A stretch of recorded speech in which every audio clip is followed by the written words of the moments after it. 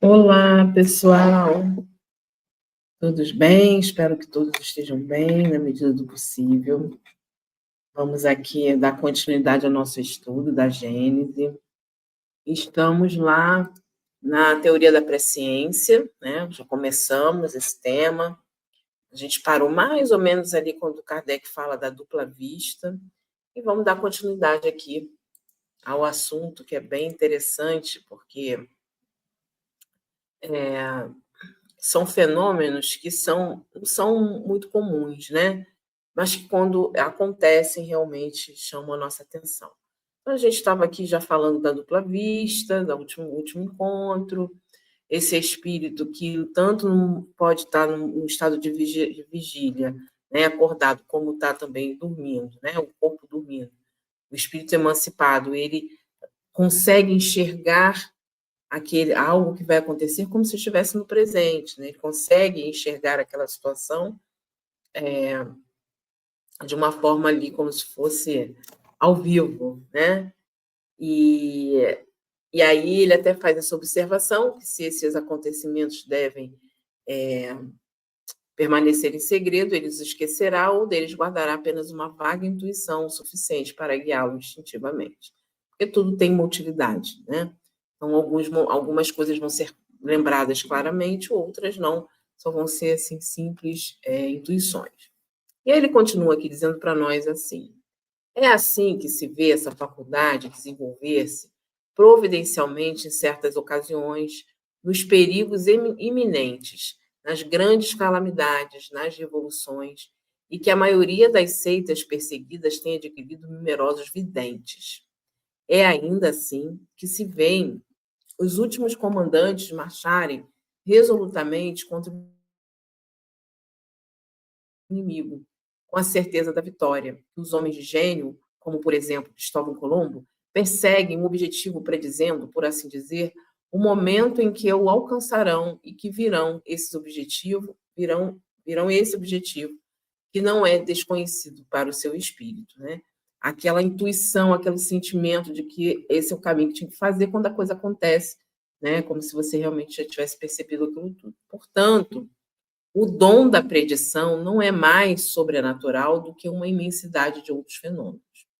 Ele se fundamenta nas propriedades da alma e nas leis que regem as relações entre o mundo visível e o invisível, que o Espiritismo fez conhecer. Mas como admitir a existência de um mundo invisível se não admitimos a existência da alma ou se o admitimos sem individualidade após a morte? O incrédulo que nega a presciência é coerente com ele mesmo.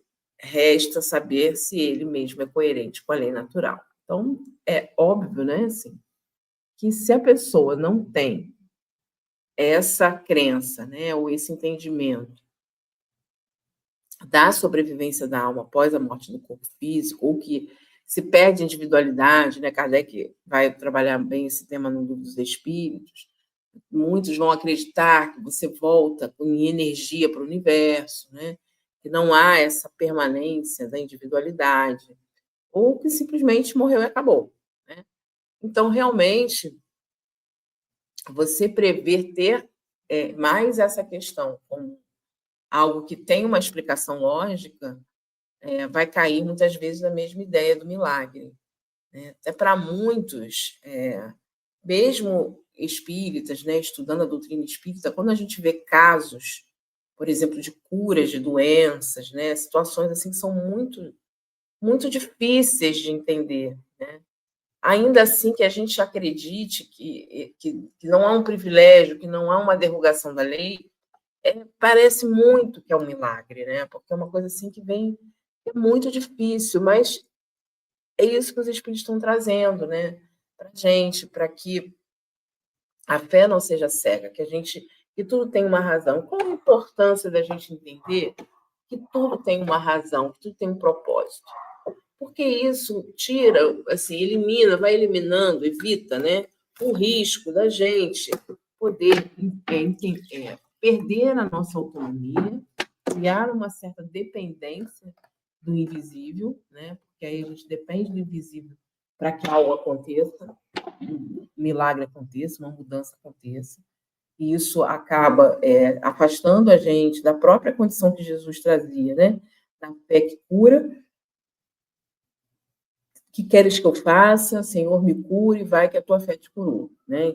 De toda essa disponibilidade, né, que o Espírito tem a partir dos fluidos, dessa manipulação de fluidos, que a gente ainda não compreende muito bem.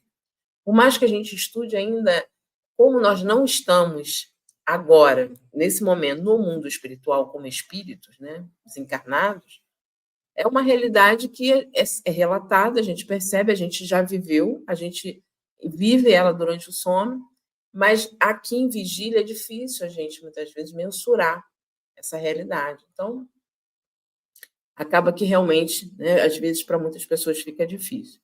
Aí ele diz, a teoria da presciência talvez não resolva de uma forma absoluta todos os casos que a revelação do futuro pode apresentar, mas não se pode deixar de convir que ela estabelece o princípio fundamental desse fenômeno.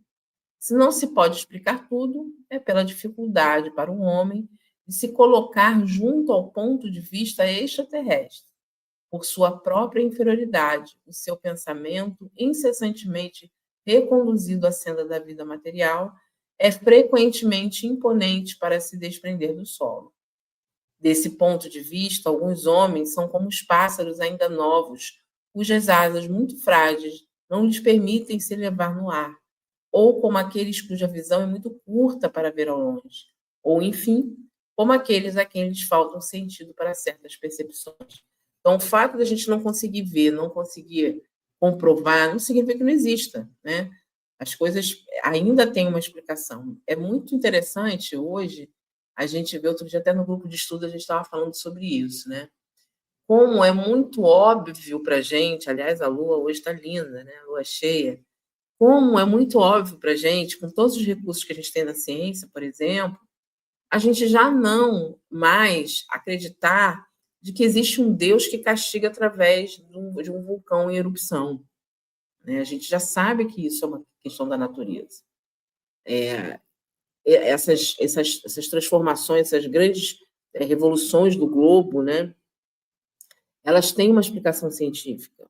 Então, a gente vai entendendo ali determinados alimentos que a gente come, que no passado se tinha ali informações, né, de que se fazia mal, ou que não era, podia ser usado de tal forma. Vários rituais, né, e crendices que a gente foi aprendendo e passando de geração para geração, e que a ciência hoje vem mostrar que não é, né, não tem nada a ver. Né? Assim, a gente sabe, por exemplo, que a pessoa vai morrer porque chegou a hora dela morrer, né? Ou porque em algum momento essa hora foi antecipada, mas não porque a mãe da gente vai morrer porque a gente deixou lá o chinelo desvirado de cabeça para baixo, a gente tem que virar para a mãe morrer, né? Então, a gente acaba associando essas questões, essas mensagens, mas, na verdade, quando a ciência vai chegando, para a gente hoje é óbvio, mas eu fiquei pensando assim, e quando a gente lá naquela época, né, mais perto do mundo primitivo, quando não se tinha informação nenhuma, ou até na época de Jesus mesmo, que a gente não tinha informação sobre as marés, né, que baixavam e levantavam, e aí o mar, na época de Moisés, por exemplo, o mar que abriu, né, quando Moisés abre o mar, aí a ciência já explica hoje que a maré baixa, a maré alta, aquele local fica, né, em determinado momento, baixa, você consegue passar, como se você estivesse passando por dentro do mar, mas é porque baixou a maré. Então, para aquela época, era muito difícil. Para a gente, hoje, é muito óbvio. Então, é muito fácil a gente falar, né? Gente, mas é tão óbvio, né? A ciência está falando. Mas sem essa informação lá no passado, era muito difícil. Então, hoje, para muitas coisas ainda que ainda não conseguimos compreender, daqui a alguns séculos, né, vai ser muito simples de entender, vai ser muito óbvio também. Então, isso que ele está falando, não é porque a gente não consegue que não existe, não consegue ver que não existe. Né? Para compreender as coisas espirituais, isto é, para fazer-se delas uma ideia tão precisa quanto fazemos de uma paisagem que está sobre os nossos olhos, na verdade, nos falta um sentido, exatamente como falta ao cego o sentido necessário para compreender os efeitos da luz, das cores da visão, sem o contato. Assim, só por um esforço da imaginação e com a ajuda de comparações tiradas das coisas que nos são familiares, poderemos chegar a essa compreensão. Entretanto, as coisas materiais não podem dar mais que ideias muito imperfeitas das coisas espirituais, razão pela qual não se podia tomar essas comparações ao pé da letra e acreditar, por exemplo, no caso em questão, que o alcance das faculdades perceptivas do espírito depende da sua elevação efetiva e que eles têm necessidade de estar sobre uma montanha ou acima das nuvens para abarcar o espaço e o tempo. É interessante porque ele vai falar, assim, por exemplo, que essa capacidade de ver não necessariamente a pessoa tem uma evolução moral, mas dependendo da evolução moral, ela vai conseguir ver, interpretar e acolher aquela informação de forma diferente, né? Essa faculdade é inerente ao estado de espiritualização, ou, se preferir, de desmaterialização. Isso quer dizer que a espiritualização produz um efeito que se pode comparar, ainda que muito imperfeitamente, à visão de conjunto do homem que está sob a montanha. Essa comparação teve por objetivo simplesmente mostrar que os acontecimentos, que para uns estão no futuro, para outros estão no presente, e podem assim ser preditos, e que não implica que o efeito se produza da mesma maneira.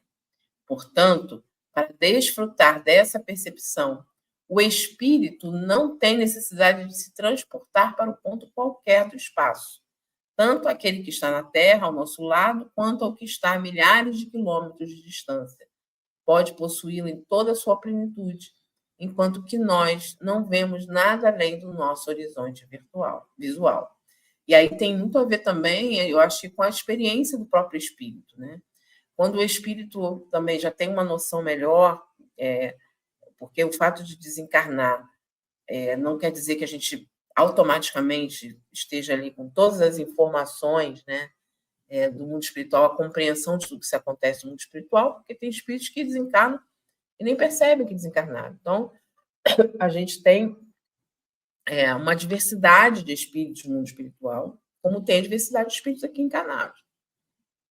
E aí, essa visão do além, muitas vezes o além do presente, né, aquilo que é presente para eles, para nós é futuro.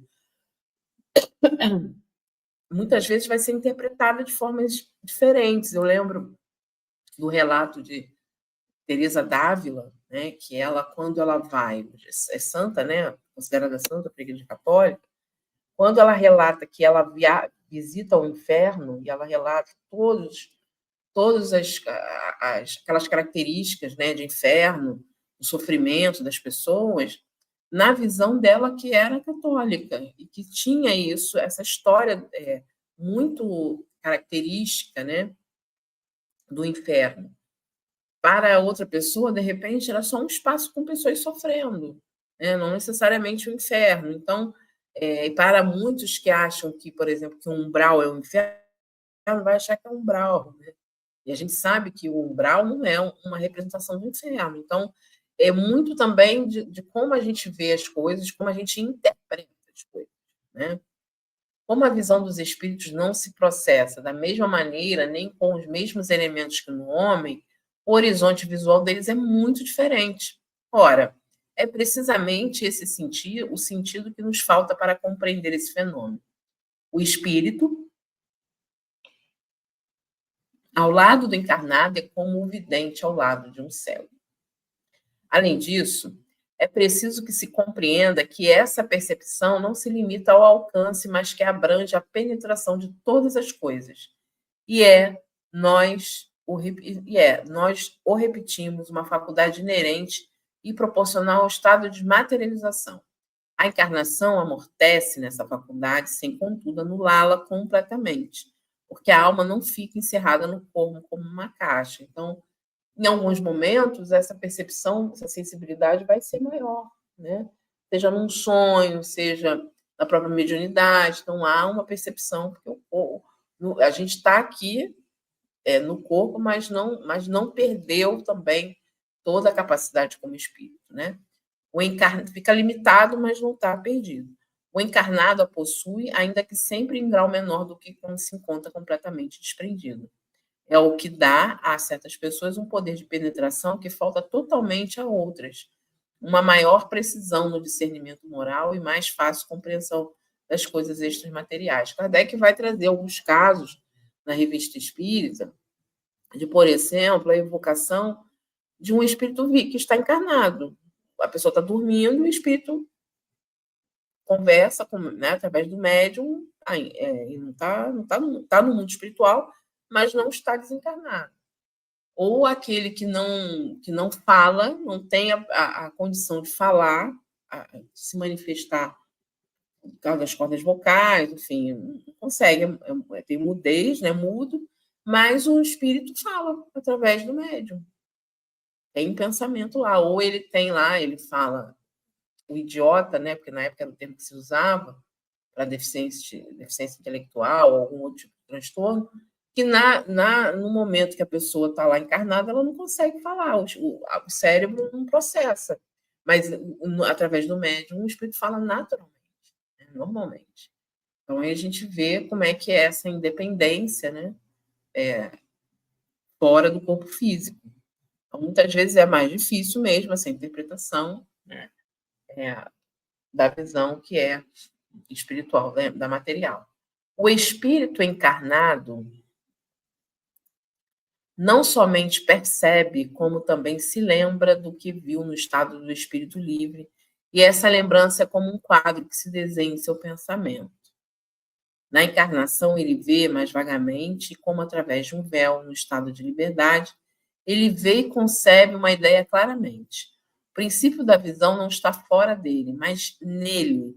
É por isso que ele não precisa da nossa luz exterior, né? O espírito não vê com os olhos que a gente vê da carne, porque não tem, ele vê através dele mesmo, né?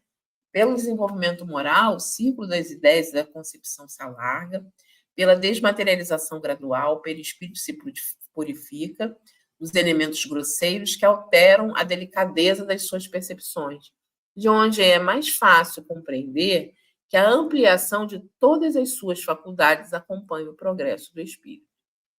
Muitas vezes, Kardec vai relatar também, por exemplo, a própria manipulação dos fluidos do perispírito, né? A aparência que o espírito se apresenta. Muitas vezes o espírito não tem nem noção de como ele fez aquela manipulação, né? Porque é o pensamento que imprime ali aquela forma. E em outros não, outros já vão ter essa noção, né? E vão aplicar. Mas, na medida em que a gente vai também tendo essa desmaterialização em pensamento da própria rotina, né, material, essas percepções vão ficando melhores. Às vezes a gente tem um sonho que a gente recorda vagamente, é como se tivesse passado por um filtro, né? E tem uns que são muito reais, assim, que parecem ser muito reais realmente. Outros que são só uma projeção, né, dos nossos medos, das nossas questões. Esse é um outro assunto lá que Kardec aborda no Livro dos Espíritos, né, de sono e sonhos. É o grau da extensão das faculdades do espírito que, na encarnação, o torna mais ou menos apto a conceber as coisas espirituais. Essa aptidão, todavia, não é a consequência necessária do desenvolvimento da inteligência. A ciência comum não a faculta, tanto assim que se vêem pessoas de um grande saber tão cegas para as coisas espirituais quanto outras o são para as coisas materiais. São refratárias a elas porque não as compreendem. Isso significa que o seu progresso ainda não se realizou nesse sentido, enquanto que se vêem pessoas com uma instrução e uma inteligência comuns compreendê-las com maior facilidade, o que prova que elas já tinham uma intuição prévia dessas coisas.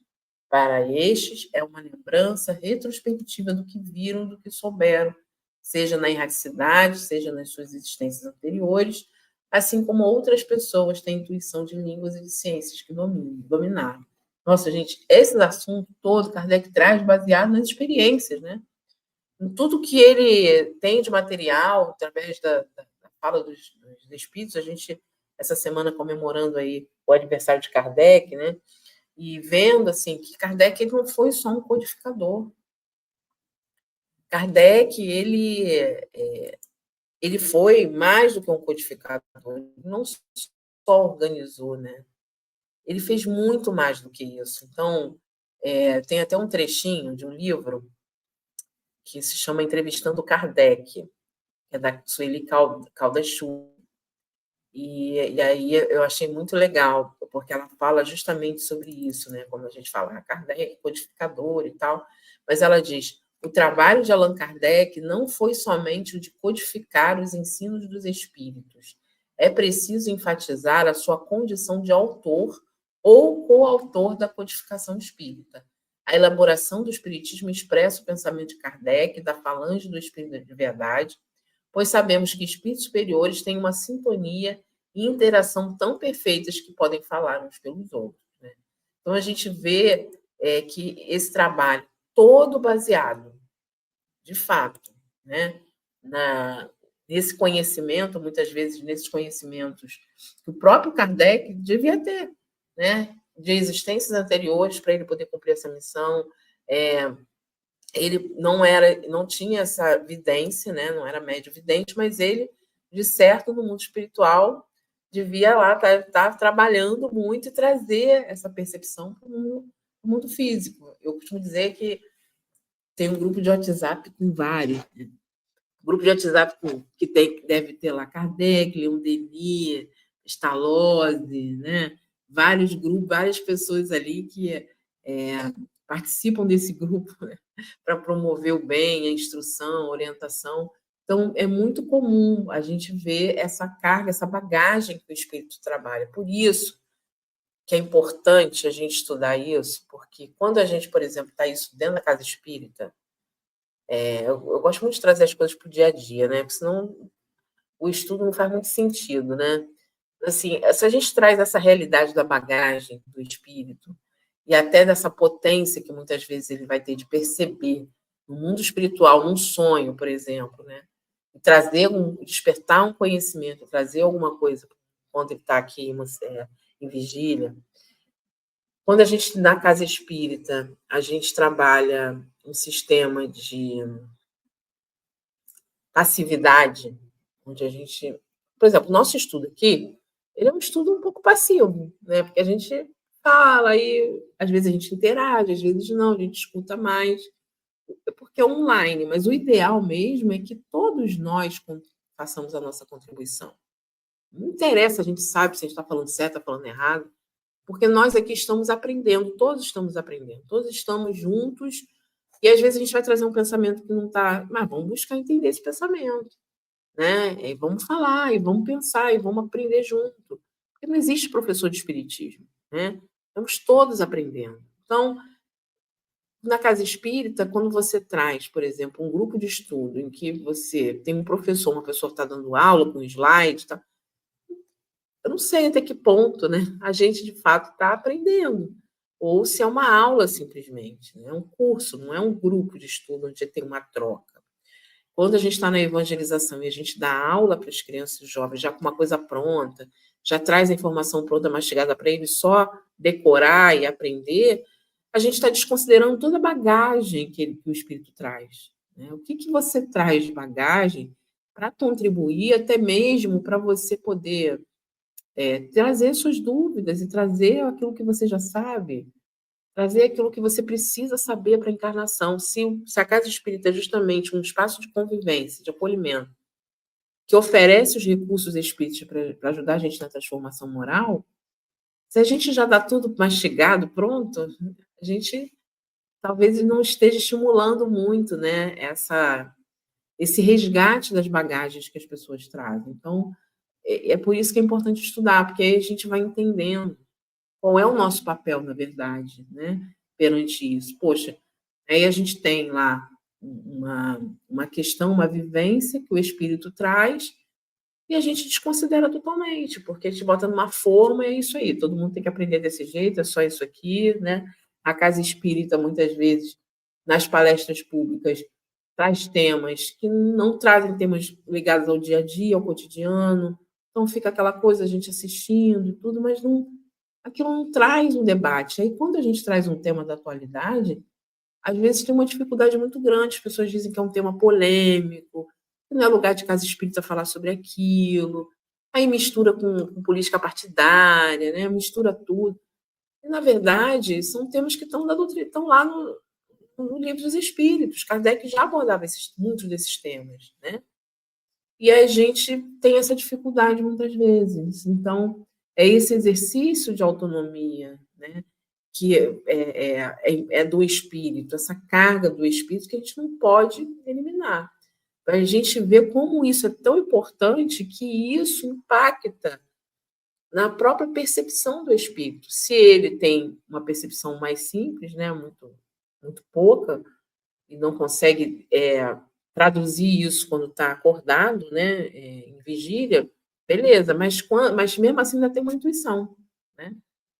Ou se ele tem isso muito claro com uma presciência e ele traz isso, como pode usar isso para o bem maior, né? Nossa, a gente ignorar isso é ignorar esse próprio fenômeno, né? Aí ele continua aqui, para a gente finalizando o nosso tempo aqui. A faculdade de trocar seu ponto de vista e de torná-lo do alto não dá somente a solução do problema da presciência, é, além disso, a chave da verdadeira fé, da fé sólida, né? Porque aí a gente não vai ficar com essa questão de, no primeiro desespero, a gente se agarra à fantasia, à alegoria, né? É também o mais poderoso elemento de força e resignação, visto que de lá, com a vida terrestre aparecendo como um ponto na imensidão, compreende-se o pequeno valor das coisas que, vista de baixo, parecem tão importantes. Foi a música que a gente cantou, né, outra vez, que é a Conquista, né, da Maria Elza Tiscati, que ele fala, mesmo que assim do alto, né, o que é hoje tão difícil, amanhã será conquista, né? Porque lá de cima é algo muito, muito pequeno, né? Mas tudo tem seu valor, né, gente? Mas às vezes as coisas que a gente parece que não tem saída, que nos desespera, que é caótica, por exemplo, a sensação de que o mundo está piorando, de que a gente está indo para o apocalipse, né? Isso tudo passa por essas questões da fé. E a fé sólida, lógica, a verdadeira fé, aquela que trabalha para a mudança, né? Não é a fé cega, que simplesmente fica esperando que o milagre aconteça, que alguém venha nos salvar. Seja um salvador como Jesus, seja um salvador, seja uma pessoa encarnada que vai reunir nela ali todo o heroísmo, né, para salvar a gente das questões. Os incidentes, as misérias, as vaidades da vida se apequenam à medida que se desenrola o imenso e magnífico horizonte do futuro. Aquele que vê as coisas nesse mundo dessa forma é pouco ou nada atingido pelas vicissitudes, e por isso mesmo também é feliz quando se pode ser aqui na Terra. E é um exercício, né, gente? Porque quando a gente se desespera e não vê luz, nossa, realmente a gente está fechado nisso aqui, não tem muito como sair. É muito mais difícil. Mas quando a gente amplia a visão, eu tenho a certeza absoluta de que existe progresso, de que as coisas vão melhorar, de que as coisas. A gente consegue enxergar no que é ruim algo bom. Né? E às vezes eu faço esse exercício, assim, caramba, não é possível, parece que está tudo ruim, né? Mas agora é que as coisas realmente estão se mostrando como são para que a gente possa tratar. Eu estava até vendo um seriado aqui das mulheres, que é baseado em fatos reais, né? Mulheres que foram, na Europa, foram ser policiais femininas. E as mulheres sofrendo aqueles preconceitos todos, os homens, né? Era um experimento delas ali, elas eram perseguidas, elas eram vulgarizadas, aquela coisa toda. Mas elas eram extremamente dedicadas, honestas, né? Totalmente contra o sistema de corrupção que já existia, né? E elas realmente ajudavam ali em muitas investigações, sabe? Não compactuavam com muitas coisas, mas não tinham voz, né? Porque eram mulheres. E aí, no final do seriado, há uma troca lá de chefia, uma chefia muito pior. Né? Eu falei, caraca, chegou no final, o troço, cara que entrou é pior, porque o outro saiu por corrupção, porque fez uma besteira. abafaram o caso e tiraram ele. E botaram um cara que é muito pior. Ele mesmo fala, eu sou uma pessoa conservadora e tal. E aí eu falei, caramba, vai ser pior? Não. Por quê? Vai ser mais difícil, mas elas continuam presentes. Então, aquelas mulheres, de fato, vão ajudar na transformação. Elas vão fazer um movimento de transformação, né? E aí a gente começa a chegar lá no fundo do poço e ver as coisas como elas realmente são e começa a se cansar. A gente está cansado de guerra, a gente está cansado de fazer o mal, a gente está cansado de ser egoísta, a gente está vendo a projeção da riqueza, da pujança, como felicidade, as pessoas cada vez mais ostentando coisas, né? Hoje tem rede social para você ostentar, e aí você vê um número muito grande de pessoas que influenciam, né, através das redes sociais, ostentando, sendo presos, porque toda aquela fortuna vem de fontes que não são honestas ou que exploram pessoas. A gente já está entendendo que muitas pessoas que hoje são muito ricas, elas que não são herdeiras, né, que conquistaram a sua riqueza através de trabalho, elas são ricas porque elas exploram outras pessoas, que sempre vão continuar pobres, né? Então, é um sistema que não é só o esforço, né? Ah, você tem que se esforçar, você tem que trabalhar, você está trabalhando pouco. Você está trabalhando, mas aquela pessoa, ela vive da exploração do outro, por isso que ela é rica. Então, essa questão da desigualdade, ela está sendo despenteada, né? A gente está começando a catar lá a raiz do problema, começando a entender esse problema da desigualdade, né? A gente está começando a ver como o egoísmo impacta. Então, essa visão do alto da montanha, e quando os espíritos vêm trazer para a gente, quando Jesus vem trazer a boa nova, é isso, é a visão lá de cima, é a visão de quem está além, de quem já passou por isso, que sabe que a Terra vai. E Jesus vai falando todos os passos, né? Ó, gente, vocês vão ter um momento em que vocês vão se afastar, vão esquecer, eu vou enviar um consolador prometido, a gente vai se conectar de novo, né? Vai chegar o momento da mudança, as mudanças vão chegar, todos os mundos passam por processo de transição, né? Eu acho interessante que no Evangelho, Kardec diz assim que o mundo de provas, o mundo de regeneração, ele não é assim, uma estação final depois do mundo de provas e expiações. Ele é um mundo de transição entre provas, expiações e mundos felizes. Então a gente fica pensando, mundo de regeneração. Então, ele é um mundo de transição. Então, assim, é tudo transitório ainda para a gente. E quando chegar na perfeição, é um tipo de vivência que a gente não tem noção do que é ainda, né? Mas com certeza é muito trabalho do bem, né? Mas a gente ainda não tem essa noção. Então, a visão para a gente ainda é muito limitada e a gente tende a estar muito voltados na própria bolha, né, que a gente vive. Então, realmente, às vezes fica difícil. A gente fala de realidades que a gente não vive, a gente critica realidades que a gente não vive, né? E aí, por isso que a gente está aí, cheio de notícias falsas, cheio de coisas que vão... E notícias falsas não estou falando só a nível político, não, de sociedade como um todo. Na própria doutrina espírita, né? Quando a gente distorce ali pontos de vista, baseado na nossa interpretação.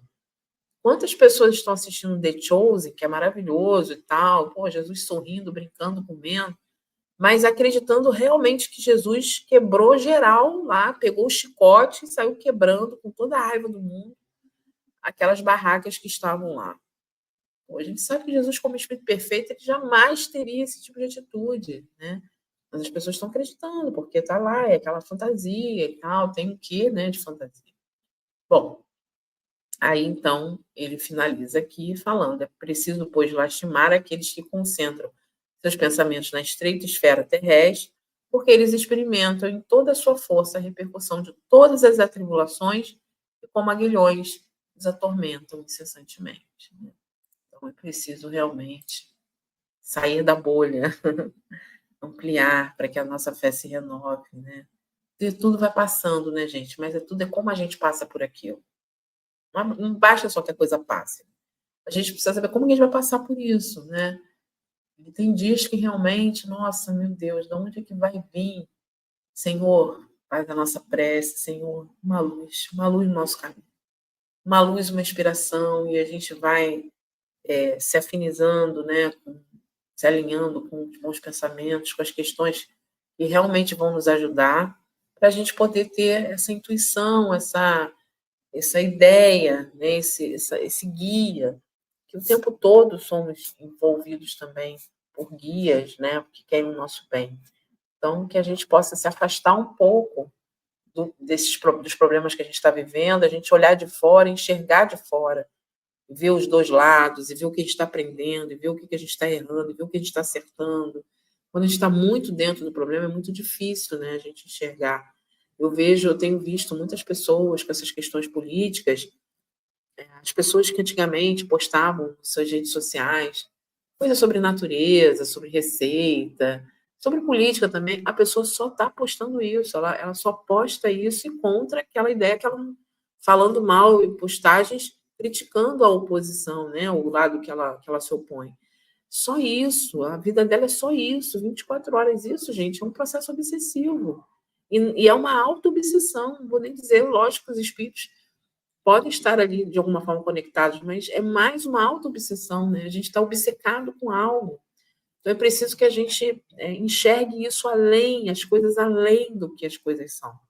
Além do que uma atitude equivocada de uma pessoa que nos magoou, alguém que teve um comportamento, e a gente, às vezes, não tem compaixão de entender por que aquela pessoa deixou de fazer aquilo. A pessoa, às vezes, nossa, tão dedicada, a pessoa, um dia que ela falta, a pessoa é criticada porque ela faltou, mas ela nunca se reconhece porque ela esteve sempre presente, né? Pandemia aconteceu muito isso. As pessoas saíram da casa espírita, as pessoas não voltaram. Então, às vezes, a gente ligava a pessoa para saber se ela estava bem, e a gente ficou, poxa, cadê fulano? Porque a gente se sentiu sobrecarregado, se sentiu abusado, explorado. Cadê todo mundo que só eu que estou aqui trabalhando, né? Então, são essas questões, né, que a gente precisa estar com esse olhar de cima da montanha, esse exercício, né? Porque a presciência, como ela se manifesta em alguns, não são em todos, mas nós podemos fazer esse exercício de enxergar as coisas um pouco além, né, do que essa visão terrestre. Vou fazer já esse exercício hoje aqui também, com as questões diárias para a semana, para a gente decidir com fé. Então é isso, gente. Vou liberar aqui nosso estudo, vou liberar para a gente fazer a Regina fazer as vibrações, tá bom? Beijo para vocês. Até a próxima.